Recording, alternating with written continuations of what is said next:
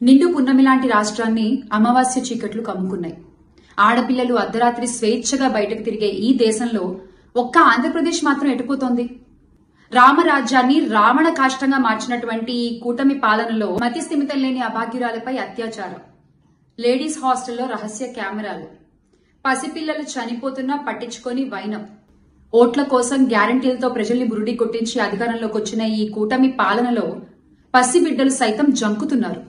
బాబొస్తే అదొస్తుంది, బాబొస్తే ఇదొస్తుంది, ఉచిత సలహాలు, ఉచిత బస్సులు ఇవేవి మాకు అక్కర్లా.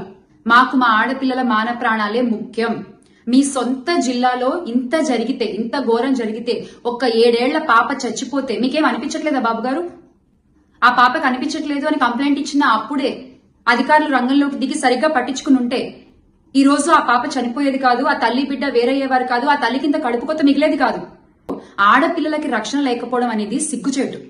అన్నయ్య అన్నావంటే ఎదురవనా అంటూ ప్రచారాల సమయంలో సినిమా డైలాగులు కొట్టి అధికారంలోకి వచ్చిన ఇప్పటి నాయకులు ఈ అఘాయిత్యంపై, ఈ ఆసిఫియా మరణంపై ఏ కమిటీ వేస్తారో తక్షణమే చెప్పాలి.